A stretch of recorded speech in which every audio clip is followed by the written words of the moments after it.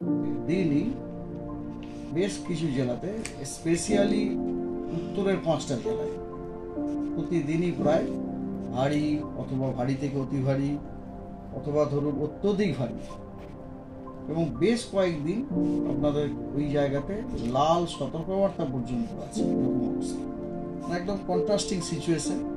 আপনারা দেখতে পাবেন এই সব আগামী 5 দিনের যে সতর্কবার্তা দেবো, সেখানে দক্ষিণবঙ্গে কোনোদিনই কোনো সতর্কবার্তা নেই, কিন্তু সেখানে উত্তরবঙ্গে প্রত্যেক দিনই সতর্কবার্তা। তো ডিটেলস হচ্ছে এইরকম: 9 তারিখ 10 তারিখ জুলাই নর্থ বেঙ্গলের বৃষ্টিপাতের স্পেশাল ডিস্ট্রিবিউশনের চাহিদা হোয়াইট স্প্রেড অথবা fairly white spread. White spread হচ্ছে উত্তরের 5টি জেলা, ফেয়ারলি হোয়াইট স্প্রেড নর্থ বেঙ্গলের বাকি জেলাগুলো।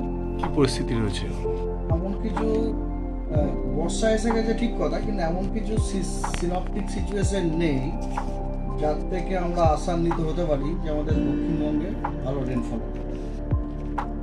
জলপাইগুড়ি এবং আলিপুরদুয়ার আলিপুরদুয়ারে অত্যধিক ভারী বৃষ্টিপাতের লাল সতর্কবার্তা দেওয়া হয়েছে 3টি জেলাতে: দার্জিলিং, জলপাইগুড়ি এবং আলিপুরদুয়ারে।